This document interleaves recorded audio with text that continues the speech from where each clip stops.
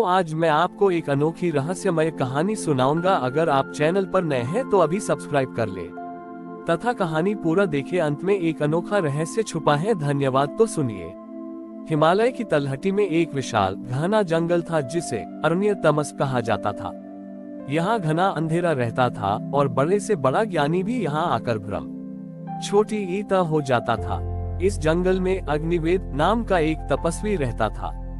अग्निवेद ने वर्षों तक कठिन तपस्या की और कई सिद्धियां प्राप्त की थी। उसकी सबसे बड़ी सिद्धि ये थी कि उसकी दृष्टि इतनी तीक्ष्ण हो गई थी कि वह अंधकार में भी सब कुछ स्पष्ट रूप से देख सकता था। अग्निवेद को अपनी इस दृष्टि पर प्रचंड अहंकार हो गया था। वह सोचता था कि वह एकमात्र ऐसा ज्ञानी है जो इस मायावी संसार के अंधेरे में भी सत्य को देख सकता है। एक दिन अग्निवेद कैलाश की ओर गया।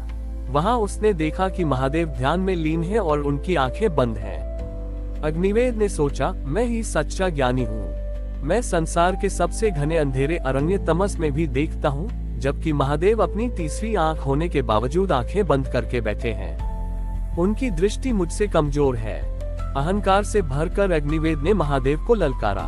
अग्निवेद, हे शिव, आप संसार को अज्ञानता के अंधेरे में छोड़कर आंखें क्यों बंद रखते हैं? यदि आप त्रिकालदर्शी हैं, तो इस अंधेरे अरण्य तमस में आइए और मुझे अपनी दृष्टि की शक्ति दिखाइए।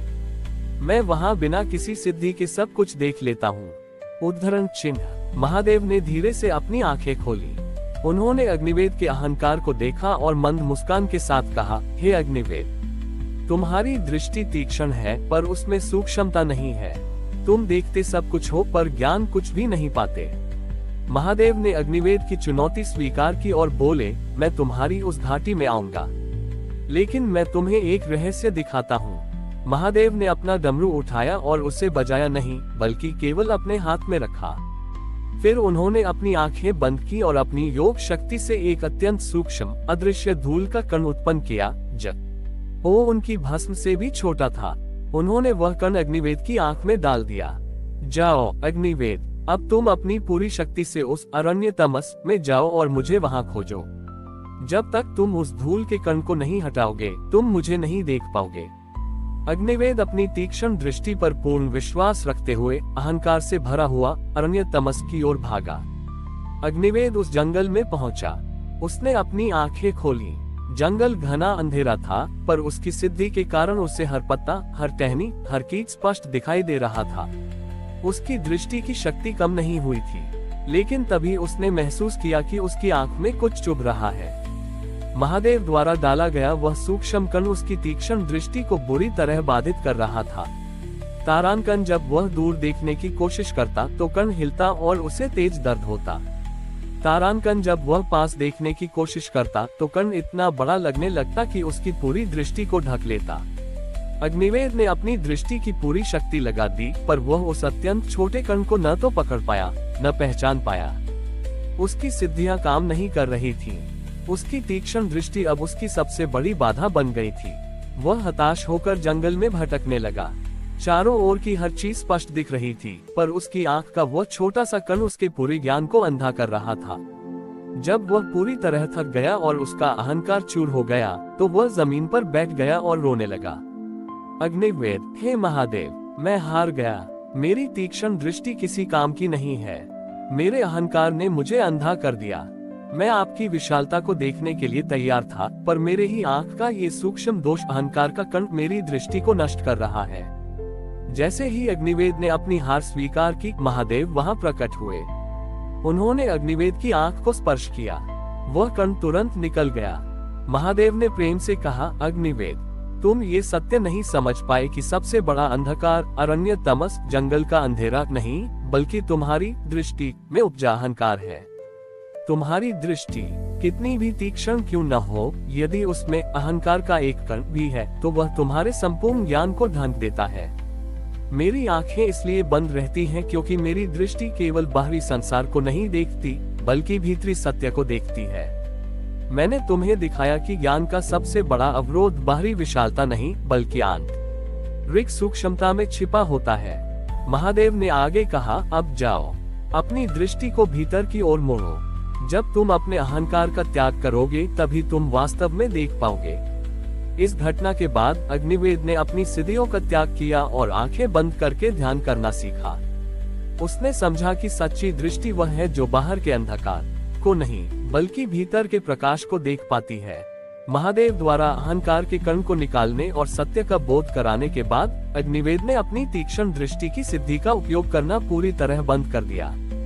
वह उसी अरण्य तमस में लौट आया जहां उसने पहले अहंकार में सब कुछ देखने का दावा किया था, लेकिन अब उसने अपनी आंखें बंद कर ली थीं। उसने अपने शरीर को पत्थर की तरह स्थिर कर लिया और अंतर्मुखी ध्यान शुरू किया। वह अब बाहर के अंधकार से नहीं डरता था, बल्कि अपने भीतर के सूक्ष्म अहंकार को पहचानने का प्रयास करता था। समय बीतता गया। अग्निवेद की तपस्या अत्यंत गहरी हो गई।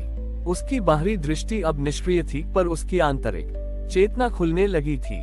वह अब पत्तों, टहनियों या कीड़ों को नहीं देखता था, बल्कि वह उन तत्वों के जन्म और लय को महसूस करता था। एक दिन उस घने जंगल में एक भीषण आग लग गई। यह आग साधारण नहीं थी, ये मोह और आसक्ति के कारण लगी थी जो जंगल में भटकते मनुष्यों की नकारात्मक ऊर्जा से उत्पन्न हुई थी। आग तेजी से फैली। जंगल के सभी पशु पक्षी भयभीत होकर भागने लगे। अग्निवेद अपनी आंखें बंद किए आग की गर्मी को महसूस कर रहा था। उसके पास से भागते हुए एक ऋषि ने चीखकर कहा, हे अग्निवेद, भागो, यह विनाश की अग्नि है, तुम्हारी तपस्या नष्ट हो जाएगी। अग्निवेद ने अपनी आंखें नहीं खोली। उसने अपने भीतर महादेव का स्मरण किया और महसूस किया कि यह अग्नि बाहरी नहीं, बल्कि उसके अतीत के अहंकार का एक विशाल रूप है जो अब उसे पूरी तरह से जला देना चाहता है। अग्निवेद ने अपनी अंतर्दृष्टि से उस आग के केंद्र को देखा। वह केंद्र जलती हुई लकड़ियों या पत्तों में नहीं था, बल्कि मनुष्यों के भीतर दबे हुए अज्ञान और मोह में था। उसी क्षण अग्निवेद को महादेव का वह सूक्ष्म ज्ञान याद आया। ज्ञान का सबसे बड़ा अवरोध बाहरी विशालता नहीं, बल्कि आंतरिक सूक्ष्मता में छिपा होता है। उसने अपनी सिद्धियों को वापस नहीं बुलाया। इसके बजाय उसने अपनी नव प्राप्त आंतरिक सूक्ष्म दृष्टि का उपयोग किया। उसने अपनी चेतना को उस जलती हुई आग के सबसे छोटे और अदृश्य कण तक पहुंचाया, जहां से मोह की उत्पत्ति हुई थी। अग्निवेद ने अपनी शांत अनासक्त चेतना से उस सूक्ष्म कण को स्पर्श किया और अपनी तपस्या की शांति ऊर्जा को उसमें समाहित कर दिया। जैसे ही अग्निवेद की शांति ऊर्जा आग के सूक्ष्म केंद्र तक पहुंची, जंगल की आग बुझना शुरू हो गई। लेकिन यह पानी से नहीं बुझी। ये धीरे धीरे शांत सफेद भस्म में बदल गई, जैसे महादेव के शरीर पर लिपटी भस्म। जंगल का विनाश रुक गया। जहां भयानक आग लगी थी, वहां अब केवल शांत शुद्ध राख की परत थी। आग बुझने के बाद अग्निवेद ने अपनी आंखें खोली। उसने देखा कि जंगल अब और अधिक घना नहीं रहा, बल्कि शांत और शुद्ध हो गया है। अग्निवेद ने तब समझ आ कि महादेव ने उसे आंखें बंद रखने का निर्देश इसलिए दिया था क्योंकि तारांकन तीक्ष्ण दृष्टि बाहरी अंधेरे को देखती है, तारांकन सूक्ष्म दृष्टि आंतरिक कारण को देखती है। उसने महादेव का धन्यवाद किया। अग्निवेद ने अपनी सारी तपस्या उस राख पर बिखेर दी और एक नया संकल्प लिया। उसने अपने जीवन का उद्देश्य बदल दिया। अब वह छोटी सी सिद्धि या ज्ञान के लिए नहीं जीता था, बल्कि उसने स्वयं को एक चेतना पथ प्रदर्शक बना लिया। वह हर उस व्यक्ति की मदद करता था जो अपने अहंकार या मोह के सूक्ष्म कणों के कारण भीतर के अंधकार में भटक रहा था।